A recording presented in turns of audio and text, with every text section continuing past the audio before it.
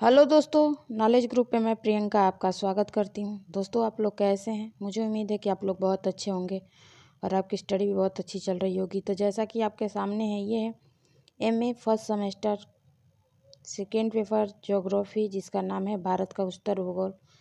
उससे संबंधित प्रश्न और उत्तर क्वेश्चन दोस्तों लॉन्ग है।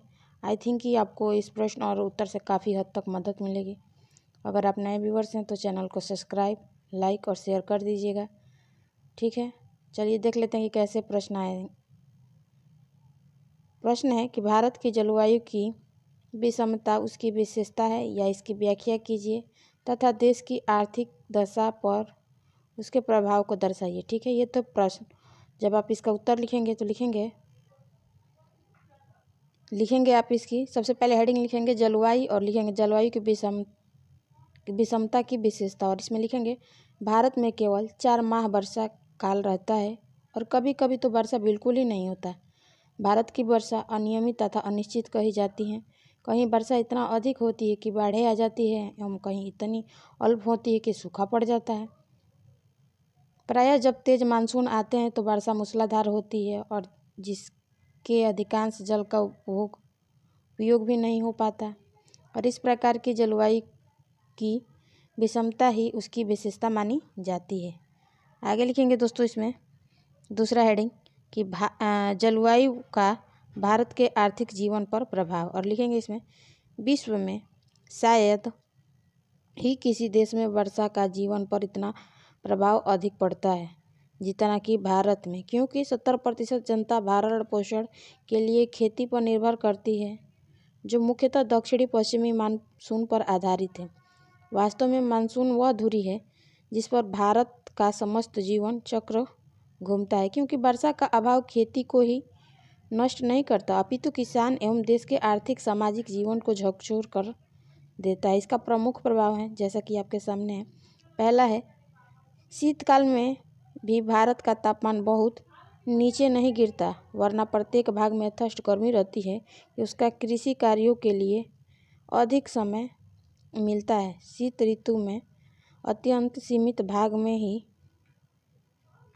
पाला और कोहरा पड़ता है, अतः भारत में इस काल में शीतोष्ण कटिबंध की फसलें पैदा की जा सकती है और गर्मियों में उष्ण कटिबंध तथा अर्ध उष्ण कटिबंध की फसलें। दूसरा इसमें लिखेंगे दोस्तों आप कि ग्रीष्म काल में तापमान अचानक बढ़ते हैं, अतः फसलें शीघ्र ही पक जाती हैं। शीघ्रता से पकने के कारण उनकी किस्म अच्छी नहीं होती है, इसीलिए भारतीय गुणवत्ता उत्पादक निम्न वर्ण परिणामात्मक उत्पादन देश माना जाता है। यह बात तो दोनों ऋतुओं की ही फसलों पर लागू होती है, क्योंकि इन फसलों के पकने का समय गर्मियों में ही आता है। निरंतर कृषि शोध के पश्चात अब कृषि फसलों की गुणवत्ता काफ़ी सुधार एवं प्रगति हुई है। अब यहाँ बासमती चावल या फार्म का गेहूँ अपनी किस्म के लिए विश्व भर में प्राप्त होते हैं, विश्व भर के लिए प्रसिद्ध है। तीसरा लिखेंगे दोस्तों इसमें, वो लिखेंगे आप कि जून, जुलाई और अगस्त के ग्रीष्म के महीने में ही अधिकांश वर्षा होती है। इसमें सभी फसलें शीघ्र ही तैयार हो जाती हैं एवं पशुओं को यथेष्ट चारा भी मिलता है।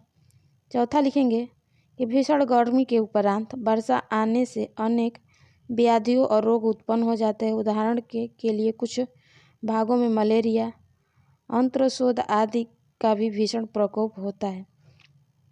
इससे जनसंख्या की कार्य क्षमता प्रतिकूल रूप से प्रभावित होती है। इसी प्रकार वर्षा काल तथा ग्रीष्म के आरंभ में अनेक रोगों के कारण बच्चों की मृत्यु दर भी ऊंची रहती है। और 5 नंबर लिखेंगे दोस्तों कि भारत में वर्षा